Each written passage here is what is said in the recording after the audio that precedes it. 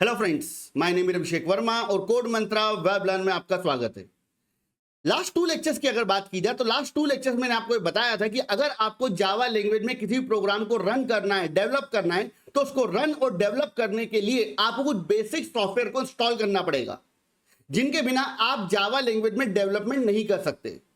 तो last 2 lecture में मैंने आपको ये बताया था कि कमांड प्रॉम्प्ट क्या होता है। साथ ही साथ मैंने कुछ बेसिक कमांड्स के बारे में आपको आइडिया दिया था कि जिनकी हमें आगे रिक्वायरमेंट पड़ेगी। मैंने आपको यह भी बताया था कि जेडीके क्या होता है और जेडीके को कैसे इंस्टॉल किया जाता है।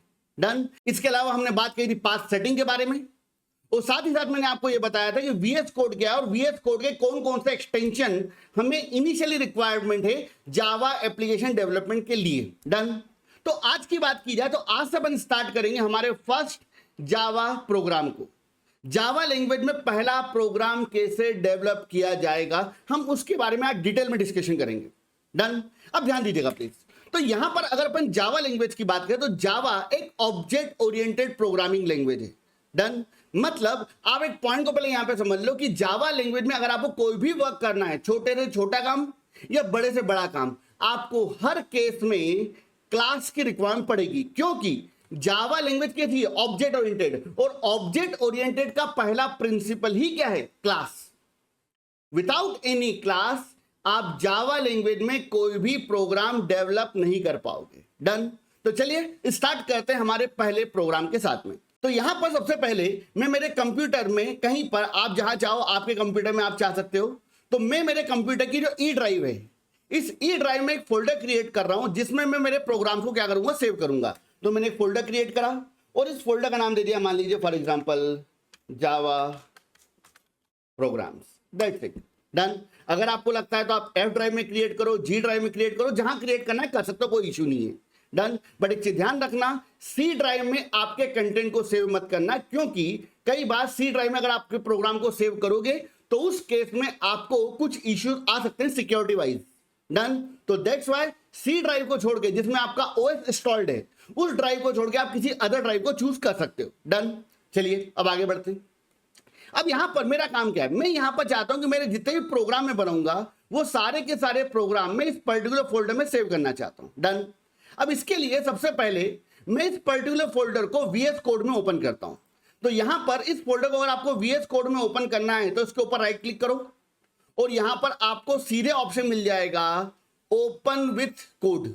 डन। बट अगर आप चाहो तो आप डायरेक्टली वीएस कोड से भी इस फोल्डर को ओपन कर सकते हो। तो मैं एक काम करता हूं, पहले मैं आपको डायरेक्टली यहां से ओपन करके दिखा देता हूं। मैंने राइट क्लिक किया, आपको ऑप्शन दिखेगा ओपन विथ कोड। तो आप एक चीज नोटिस कर रहे हो कि आपका जो फोल्डर है, कौन सा फोल्डर था भाई साहब? जावा प्रोग्राम्स, वो वीएस कोड में यहां पर क्या हो चुका? ओपन हो चुका है। बात खत्म। मगर आप चाहते हो कि मान लो फॉर एग्जांपल कई बार क्या होता है, कई बार स्टूडेंट अपने सिस्टम में वीएस कोड को प्रॉपर्ली इंस्टॉल नहीं करते हैं, तो उस केस में क्या होगा? उस केस में आपको यहां पर ये जो ओपन विद कोड का ऑप्शन ही शायद नहीं मिलेगा। अगर आप मेरे वीडियो को फॉलो करोगे, जो वीडियो मैंने आपको ऑलरेडी बता रखा है इसके पहले कि वीएस कोड कैसे इंस्टॉल करना है स्टेप बाय स्टेप, तो उस केस में आपको ये ऑप्शन 101% मिलेगा। मगर आपने रेंडमली अगर इंस्टॉल कर लिया होगा कि भैया धीरे next next next next next करके, तो उस केस में ये वाला ऑप्शन आपको शायद ना मिले। डन। तो यहां पर आप डायरेक्टली ओपन विद कोड करके फोल्डर को ओपन कर सकते हो जिसमें आपको प्रोग्राम सेव करना है। इसके अलावा अगर आप चाहो तो आप पहले क्या करो, वीएस कोड को डायरेक्टली ओपन कर लो और वीएस कोड को ओपन करने के बाद में आपको यहां पर एक ऑप्शन मिल जाता है ओपन फोल्डर। ओपन फोल्डर पे आप जाओगे, आपको अपनी ई ड्राइव पे जाना है जहां पर आपने अपने फोल्डर को क्रिएट करा है, उसके ऊपर क्लिक करो और सिलेक्ट फोल्डर कर दो, तो वो फोल्डर आपके सामने यहां पर क्या हो जाएगा? ऑलरेडी ओपन हो जाएगा। डन। क्लियर है? तो इस तरीके से आप आपके फोल्डर को वीएस कोड में क्या कर सकते हो? ओपन कर सकते हो। डन। अब ध्यान दीजिएगा प्लीज। अब यहां पर स्टार्ट करते हैं हम हमारे पहले जावा प्रोग्राम के साथ में।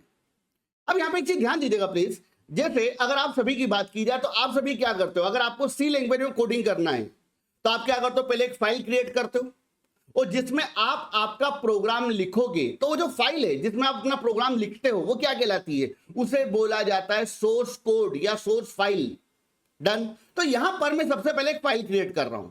तो फाइल क्रिएट करने के लिए मैंने यहां पे क्लिक किया, यहां पर ऑप्शन मिला आपको न्यू फाइल, इस पर आपने क्लिक किया और देन यहां पर आप आपकी फाइल को क्रिएट कर सकते हो जो भी आपको नाम देना है। तो अभी मैं यहां पर एक नाम दे रहा हूं डेमो डॉट जावा। ध्यान रखना, जैसे सी में अगर आप कोई प्रोग्राम बनाते हो तो क्या लिखते हो? Dot C. C++ में अगर आप प्रोग्राम बनाते हो तो क्या लिखते हो? Dot CPP। जावा में अगर आप प्रोग्राम बनाओगे तो क्या लिखोगे? डॉट जावा।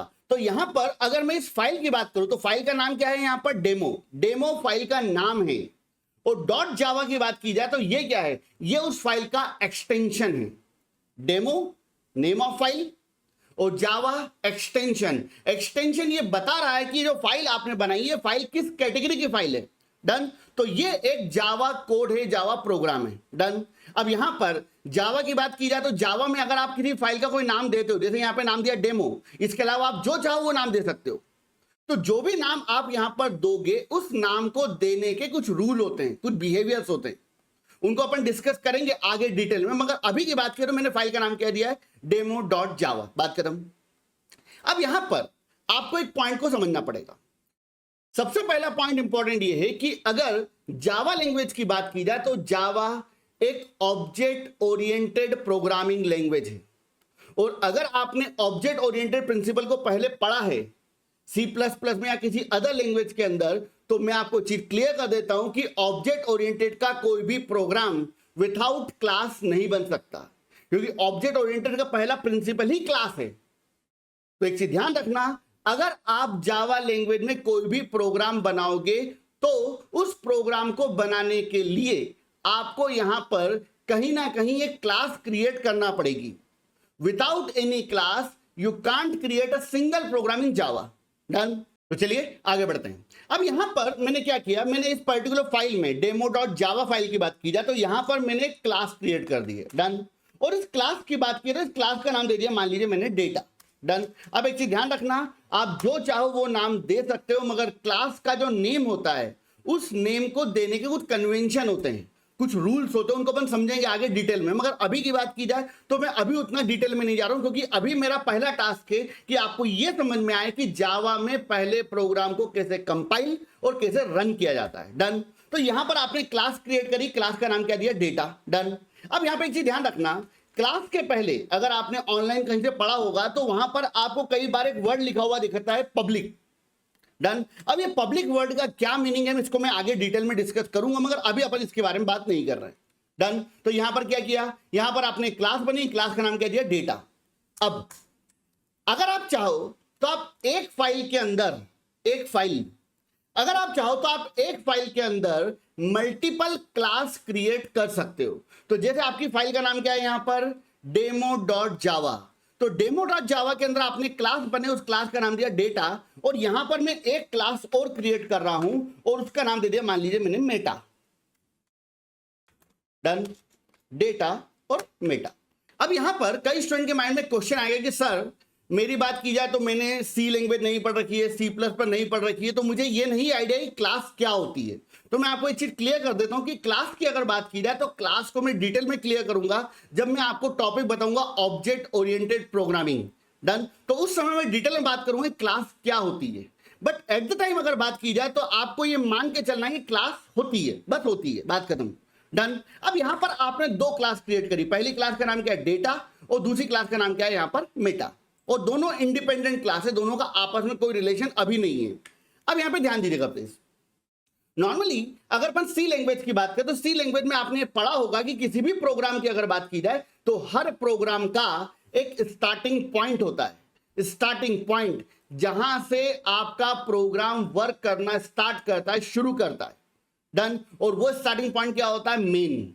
डन। अब उसी तरीके से अगर अपन जावा लैंग्वेज की बात करें तो जावा लैंग्वेज में भी अगर आप कोई प्रोग्राम बना रहे हो तो हर प्रोग्राम का कोई ना कोई स्टार्टिंग पॉइंट होगा, और जावा में भी हर प्रोग्राम का स्टार्टिंग पॉइंट क्या होता है? मेन। डन। तो यहां पर अगर अपन मेन फंक्शन की बात करें, सी में क्या करते थे आप? डायरेक्ट लिख देते थे, कैसा? वॉइड मेन, इस तरीके से।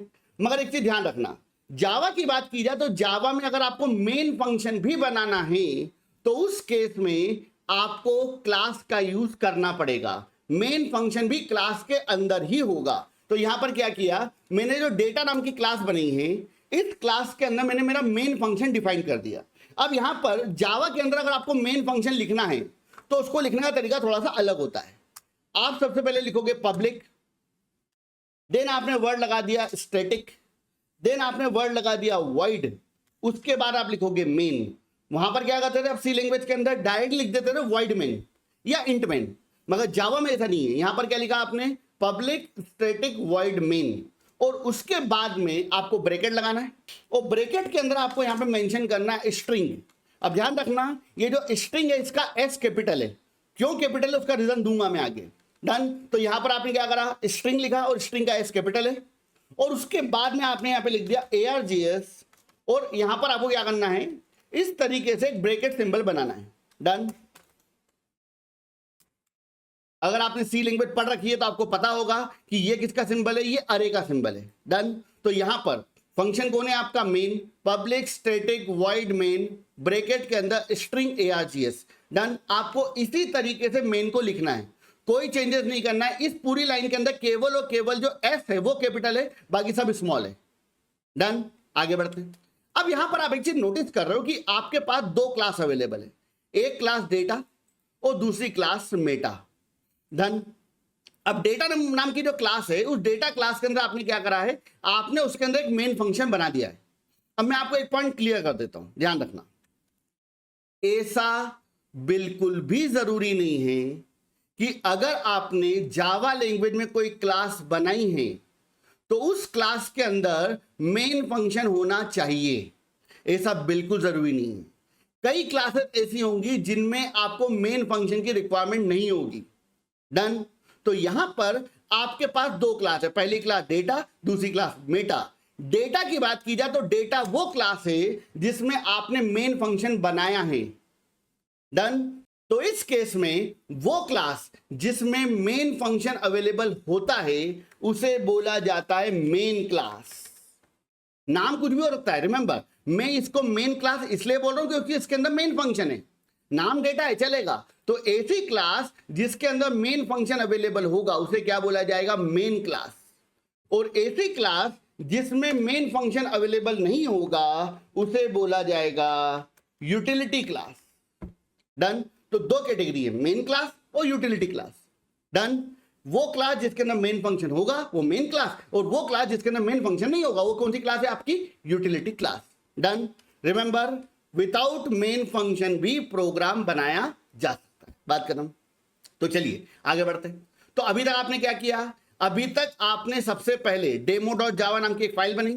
उस फाइल के अंदर आपने यहां पर क्या करा, दो क्लास बनी, पहली क्लास का नाम दिया डेटा और दूसरी क्लास का नाम दिया आपने मेटा। एक ही फाइल के अंदर आपने यहां पर दो क्लास क्या कर दी, क्रिएट कर दी। बात खत्म।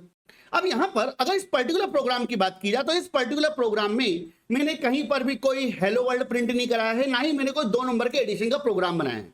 बट आगे बढ़ने से पहले मैं आपको सबसे पहले यहां पर यह बता रहा हूं कि किसी भी जावा कोड को कैसे कंपाइल किया जाएगा और कैसे जावा कोड को रन किया जाएगा। डन। ध्यान रखना, अभी किसी भी डेवलपर की बात की जाए, आपकी बात की जाए तो अभी आप जावा में प्रोग्रामिंग करने की शुरुआत कर रहे हो, और किसी भी डेवलपर की बात की जाए तो उसके लिए सबसे टिपिकल काम होता है किसी भी लैंग्वेज के अंदर पहले प्रोग्राम को प्रॉपर्ली रन करना। डन। क्योंकि एक बार अगर आपसे ये प्रोग्राम प्रॉपर्ली कंपाइल और रन हो गया तो उसके बाद आपके लिए आगे की चीजों को समझना इजी हो जाएगा, क्योंकि आप जो भी पढ़ोगे उसको इजीली अप्लाई कर पाओगे। डन। तो यहां पे ध्यान दीजिएगा प्लीज, एक चीज ध्यान रखना, जो भी मैं आपको बता रहा हूं वो सारी चीजें आपके माइंड में प्रॉपर्ली क्लियर होनी चाहिए। अगर समझ में आता है एक बार अप्लाई करो, फिर अप्लाई करो, फिर अप्लाई करो। आपको कुछ प्रिंट नहीं कराना है, केवल और केवल आपको यह करना है कि हर बार आपका कोड प्रॉपर्ली कंपाइल हो जाए और आपका कोड प्रॉपर्ली रन हो जाए। That's it. डन। तो चलिए स्टार्ट करते हैं। तो यहां पर अभी तक की बात की जाए तो आपका करंट आर्किटेक्चर क्या है। करंट आर्किटेक्चर आपका यह है कि आपके पास आपके कंप्यूटर में एक डी ड्राइव अवेलेबल है, नहीं सॉरी ई ड्राइव। डन। तो आपके कंप्यूटर में क्या अवेलेबल है, ई ड्राइव, जो मेरे सिस्टम में अवेलेबल है। डन। अब इस पर्टिकुलर ड्राइव की बात की जाए, ई ड्राइव, अब इस ई ड्राइव की अगर बात की जाए तो ई ड्राइव के अंदर आपके पास में एक फोल्डर अवेलेबल है। डन। और उस फोल्डर की बात करें, फोल्डर का नाम क्या है भाई साहब, उस फोल्डर का नाम है आपका जावा प्रोग्राम्स। ये रहा फोल्डर आपका। और उस फोल्डर की बात की जाए तो उस फोल्डर में आपने एक फाइल क्रिएट करी है और उस फाइल का नाम क्या है आपका, demo.java। तो 3 चीजें हैं आपके पास। पहला ई ड्राइव, ई ड्राइव की बात की जाए तो ई ड्राइव के अंदर आपके पास एक फोल्डर अवेलेबल है और उस फोल्डर का नाम क्या है भाई साहब, जावा प्रोग्राम्स। डन। और उस पर्टिकुलर फोल्डर में आपने एक प्रोग्राम बनाया है और उस प्रोग्राम को आपने सेव किया है किस नाम से, demo.java। डन।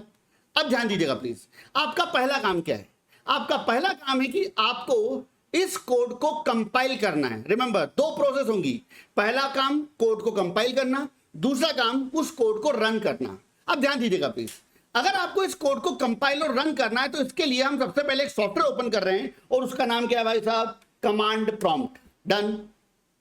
अब आप एक चीज नोटिस कर रहे हैं कि आपके सामने यहां पर कमांड प्रॉम्प्ट ओपन हो गया है, तो थोड़ा इसको प्रॉपर्ली अपन सेट कर देते हैं कि ये हमें समस्या ना दे। डन। तो ये आपके सामने कमांड प्रॉम्प्ट क्या हो चुका, ओपन हो चुका है। अब यहां पर आप एक चीज नोटिस कर रहे हो कि आपको करंटली यहां पर एक लोकेशन बता रहा है, सी ड्राइव में यूजर्स के अंदर पीसी नाम का फोल्डर है। डन। तो ये क्या है, ये मेरी करंट वर्किंग डायरेक्टरी है। करंट वर्किंग डायरेक्टरी के बारे में मैंने आपको बताया है कि करंट वर्किंग डायरेक्टरी क्या होती है। करंट वर्किंग डायरेक्टरी मतलब क्या है, जहां पर आपका कंट्रोल करंटली अवेलेबल है वो क्या कहलाती है, आपकी current working directory. But problem यहां पर यह है कि मेरा जो प्रोग्राम है, मेरा प्रोग्राम कहां सेव है, मेरा प्रोग्राम ई ड्राइव में जावा प्रोग्राम नाम के फोल्डर के अंदर सेव है। और मैं अभी करंटली कहां पर हूं, सी ड्राइव के अंदर यूजर्स नाम के फोल्डर के अंदर पीसी नाम के फोल्डर पे। तो मेरा अगला काम क्या होगा, मेरा अगला काम यह होगा कि मुझे सबसे पहले कहां जाना है भाई साहब, मुझे सबसे पहले जाना पड़ेगा ई ड्राइव पे। और मैंने आपको बताया था कि एक ड्राइव से दूसरे ड्राइव पे जाने की कमांड क्या होती है। तो यहां पर मुझे जाना पड़ेगा पहले ई ड्राइव, तो मैंने लिखा ई और कॉलन। एक चीज ध्यान रखना, जब भी आप कोड को कंपाइल और रन करने की कोशिश करो तो सबसे पहले देख लो कि आपने प्रोग्राम को कहां पर बनाया, कहां पे सेव किया है। तुम प्रोग्राम बनाओगे डेस्कटॉप पे, कंपाइल करोगे ई ड्राइव के अंदर। ये करते हैं स्टूडेंट, और इसी वजह से वो आगे नहीं बढ़ पाते, उनको पता ही नहीं होता कि हमारा कोड कहां लिखा हुआ है और हम रन कहां पे कर रहे हैं। हमें हमारे सिस्टम पे मूवीज को सेव करना अच्छा लगता है कि एक पूरा फोल्डर बना लेते हैं, मूवीज, उसके अंदर हॉलीवुड, बॉलीवुड, टॉलीवुड सब अलग अलग कर दिया है, एक एक हीरो के नाम से अलग अलग फोल्डर बनाकर रख देते हैं। मगर प्रोग्राम जब बनाते तो प्रोग्राम बनाते समय हमारी आदत क्या बनी हुई है कि भैया प्रोग्राम कहां सेव करना है, डेस्कटॉप पे, जो आया कहां पे रखना है, डेस्कटॉप पे। ऐसा नहीं होता भाई साहब, सिस्टमेटिक ऑर्डर में आगे बढ़ना चालू करो। जितने आपके लिए जो एंटरटेनमेंट वाला कंटेंट इंपॉर्टेंट है उतने ही आपके लिए प्रोग्राम इंपॉर्टेंट है। डन। तो आप प्रॉपर तरीके से प्रोग्राम को सेव करो। तो यहां पर मेरे कंप्यूटर में क्या हुआ भैया, एक ड्राइव है ई ड्राइव, तो मैंने यहां पर ई ड्राइव पे आने के लिए कमांड लिखी। कमांड क्या थी आपकी, ई और कॉलन। डन। और एंटर प्रेस किया तो मैं कहां पर आ गया, ई ड्राइव में। अब प्रॉब्लम क्या है, क्या मेरा प्रोग्राम ई ड्राइव में रखा हुआ है, नहीं, मेरे पास यहां पर ई ड्राइव की बात की जाए तो ई ड्राइव के अंदर आप एक चीज नोटिस कर रहे हो कि यहां पर आपके पास अलग अलग फोल्डर अवेलेबल है, C programming, call record, Java program, records. अब मेरे प्रोग्राम कहाँ में सेव है, जावा प्रोग्राम के अंदर। तो मैंने यहां पर क्लियर कमांड चलाई और देन मैं वापस आया था इस फोल्डर के अंदर। उस फोल्डर का नाम क्या है, जावा प्रोग्राम। तो मैंने यहां पर लिखा CD J और टैब लगा दो, टैब। मैंने आपको बताया टैब कमांड के बारे में। एंटर प्रेस करो तो अब आप कहां पर आ गए हो, ई ड्राइव में जावा प्रोग्राम फोल्डर के अंदर। ये आपकी एग्जैक्ट लोकेशन है जहां पर जाके आपको कोड को कंपाइल और रन करना है। डन। अगर आप डी ड्राइव बनाओगे तो डी ड्राइव में जाना, एफ ड्राइव बनाओगे तो एफ ड्राइव में जाना। आप प्रॉपर्ली पहले उस लोकेशन पे जाओ जहां पर आपका प्रोग्राम सेव्ड है, ठीक है, अदरवाइज कोड को कंपाइल नहीं कर पाओगे और यहीं पर अटके रह जाओगे। डन। आगे बढ़ते हैं। अब यहां पर हमारा अगला काम क्या है, हमारा अगला काम है कि हमें इस प्रोग्राम को कंपाइल करना है, जो प्रोग्राम हमने बनाया था। अब पॉइंट को ध्यान से समझना, अगर आपको जावा में किसी भी प्रोग्राम को कंपाइल करना है तो कोड को कंपाइल करने की एक कमांड होती है, और वो कमांड क्या है, कमांड का नाम है जावा, JAVA, जावा सी। डन। तो जावा सी का फुल फॉर्म होता है जावा कॉन्फ़िगरेशन। डन। जावा सी, और जावा सी के बाद में आपको यहां पर मेंशन करना पड़ेगा फाइल नेम डॉट जावा। मतलब जिस फाइल को आप कंपाइल करना चाहते हो, आप कौन सी फाइल को कंपाइल करना चाहते हो, demo.java, ये फाइल आपने बनाई थी ना, तो इस फाइल को कंपाइल करना है। तो यहां पर आपको क्या लिखना पड़ेगा, यहां पर आपको लिखना पड़ेगा फाइल का नाम और उसके बाद में डॉट जावा पूरा। ठीक है, तो चलिए हम यहां पर लिख देते हैं क्या, जावा सी, और देन हमारी फाइल का नाम क्या है भैया, demo.java। तो मैंने यहां पे लिख दिया demo.java, दैट्स इट। अब पॉइंट को ध्यान समझना, इतना लिखने के बाद में आपको क्या करना है, आपको प्रेस करना है एंटर, डन। अब जैसे आप एंटर प्रेस करोगे तो एग्जैक्टली होगा क्या, पहले ध्यान से समझो। अगर इस पर्टिकुलर फाइल की बात की, फाइल का नाम क्या है आपका, demo.java, डन। अब इस पर्टिकुलर फाइल की बात की जाए demo.java की, तो इस पर्टिकुलर फाइल के अंदर दो क्लास अवेलेबल हैं। पहली क्लास का नाम क्या है, डेटा, और दूसरी क्लास का नाम क्या है, मेटा, डन। और जब मैंने आपको ये बताया था कि प्लेटफॉर्म इंडिपेंडेंसी क्या होती है, तब मैंने आपको बताया था कि जब भी अपन जावा कोड को कंपाइल करेंगे तो आपके पास जितनी क्लासेस होंगी, हर क्लास के लिए एक अलग फाइल बनेगी कंपाइल करने के बाद में। तो जैसे मैं यहां पर एंटर प्रेस करूंगा, यहां पे कितनी क्लासेस है मेरे पास में, दो। पहली क्लास का नाम डेटा, दूसरी क्लास का नाम मेटा। तो जब आप इस कोड को कंपाइल करोगे, कौन सी फाइल को कंपाइल किया आपने, demo.java। demo.java फाइल वो फाइल जिसमें आपका कोड लिखा हुआ है, डन। तो जैसे आप इस फाइल को कंपाइल करोगे तो यहां पर दो फाइलें बनेंगी। पहली फाइल की बात की जाए तो पहली वाली फाइल का नाम होगा data.class, डन। और दूसरी वाली फाइल का नाम होगा meta.class। ध्यान रखना, इधर क्या लिखा है, क्लास डेटा, इधर नाम पलट जाएगा और बीच में डॉट लग जाएगा। डेटा पहले हो जाएगा, क्लास बाद में हो जाएगा, बीच में क्या लग जाएगा, dot, done. Same it is, यहां पर क्या होगा, मेटा, सॉरी क्लास मेटा था तो यहां पर मेटा पहले हो जाएगा, क्लास बाद में हो जाएगा, बीच में क्या लग जाएगा, डॉट, डन। तो चलिए अपन एक काम करते हैं, इस कोड को एक बार कंपाइल करते हैं। तो आप एक चीज नोटिस करना, यहां पर किधर नोटिस करोगे भाई साहब, यहां पर इस जगह पर आप नोटिस करना। तो यहां पर आपको दिखेगा कि जैसे मैं इंटर प्रेस करूंगा, आपको यहां पर तुरंत दो फाइलें बनती हुई नजर आएंगी, 1 2 3। ये लो देखो, आपका दो फाइलें बनी। पहली वाली फाइल का नाम क्या बना भाई साहब, data.class। दूसरी वाली फाइल का नाम क्या भैया, meta.class, डन। अगर यहां पर आपके पास तीन क्लासेस होती तो उस क्लास के लिए भी क्या होता, एक अलग से फाइल बनती, डन। तो जितनी क्लासेस होंगी, हर क्लास के लिए एक अलग फाइल क्रिएट होगी, बात खत्म। अब ध्यान दीजिएगा प्लीज। तो यहां पर क्या करा आपने, कोड को कंपाइल किया, कंपाइल करने के बाद में आपके पास में दो फाइलें बन गई। पहले पॉइंट को क्लियर कर लो, कंपाइल करने की कमांड क्या है आपकी, जावा सी, डन, ठीक है। अब यहां पहली फाइल का नाम क्या है, पहली वाली फाइल का नाम है data.class, और दूसरी वाली फाइल का नाम क्या है भाई साहब, meta.class। बात खत्म हो गई। अब मेरा अगला काम क्या है भैया, कोड कंपाइल हो गया, डन। और कोई एरर दी गया यहां पे, नहीं दी, क्योंकि भैया कुछ लिखा ही नहीं अभी तक अपन ने यहां पे, डन। अब मेरा अगला काम क्या है, मेरा अगला काम है कि मुझे मेरे प्रोग्राम को क्या करना है, रन करना है। तो ये बात किसकी हुई, कंपाइल, डन। और कंपाइल करने के बाद क्या मिलेगी आपको, फाइल, कैसी फाइल, .class। बात खत्म। अब मेरा अगला काम क्या है, मेरा अगला काम है कि मुझे इस कोड को रन करना है, डन। आपने कोड कंपाइल तो कर दिया, अब रन करना है। अब रन करने की बात की जाए तो रन करने के लिए कमांड होती है, और वो कमांड है आपकी जावा। इधर जावा सी था, इधर है जावा, डन।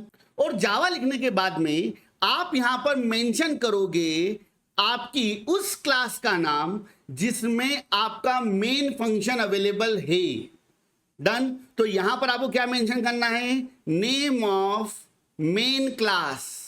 ध्यान रखना, अगर आप यहां पर उस क्लास का नाम मेंशन कर दोगे जो कि आपकी मेन क्लास नहीं है, जस्ट लाइक मेटा, मेटा एक यूटिलिटी क्लास है, मेन क्लास कौन है, डेटा, क्योंकि उसके अंदर मेन फंक्शन अवेलेबल है। तो अगर आपने यहां पर मेन क्लास के बजाय यूटिलिटी क्लास का नाम मेंशन कर दिया तो भाई साहब एरर की प्राप्ति होगी, डन। और एक चीज ध्यान रखना, मेन क्लास का केवल नाम लिखना है, उसके बाद में डॉट क्लास वाइज लगाने की आवश्यकता नहीं है। अब क्यों लगाने की आवश्यकता नहीं, उसका रीजन भी दूंगा मैं आगे, मगर अभी रिक्वायरमेंट नहीं है, डन, क्लियर।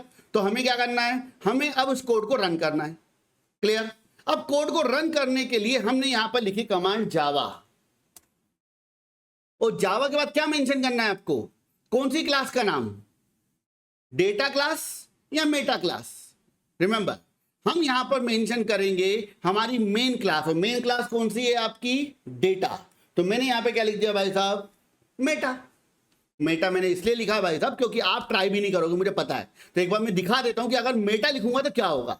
जैसे मैंने यहां पे लिखा मेटा और एंटर प्रेस किया, तो आप एक चीज नोटिस करोगे, क्या बोल रहा है कि भाई साहब आप यहां पर क्या कर रहे हो, आप प्रोग्राम को रन कर रहे हो, और जिस प्रोग्राम को आप रन कर रहे हो उसमें मेन मेथड है ही नहीं। ठीक है, प्रोग्राम को रन करने के लिए क्या चाहिए, मेन फंक्शन, और मेन फंक्शन तो यहां पर अवेलेबल है ही नहीं। तो वो क्या बोल रहा है, main method not found the class Meta. Meta class के अंदर मेन मेथड नहीं है, please define the main method. अगर नहीं है तो एक काम करो, मेन मेथड बनाओ। और मेन मेथड कैसी होनी चाहिए, कुछ ऐसी, public static void main string args, that's it. तो इस तरीके से आपको मेन मेथड बनानी पड़ेगी। अगर आप मेन मेथड बनाओगे तो ही तुम्हारा कोड कंपाइल और रन होगा, अन्यथा जय जय, कुछ नहीं होना है। डन, क्लियर है। अब एक काम करते हैं, जो कोड हमने कंपाइल किया था उसके बाद दो फाइलें तो बन गई थी, डेटा और मेटा। मेटा को रन करने की कोशिश की, तुरंत एरर दे दी। अब आगे बढ़ते हैं। अब एक काम करते हैं, वापस से हम किसको रन करने की कोशिश कर लेते हैं, डेटा को। तो यहां पर मैंने लिखा जावा और आपकी मेन क्लास का नाम, और मेन क्लास का नाम क्या है भाई साहब, डेटा। Done, clear. तो आपका कोड यहां पे रन हो गया, आपको कुछ भी आउटपुट में नहीं मिला क्योंकि भैया तुमने मेन फंक्शन का देखो लिखा ही नहीं था। डन, बट उम्मीद करता हूं कि आपको कंसेप्ट क्लियर हुआ होगा, कोड कंपाइल कैसे करना और कोड रन कैसे करना है। ध्यान रखना, कोड कंपाइल करने की बात की जाए तो कोड कंपाइल करने की कमांड का नाम क्या है आपका, जावा सी।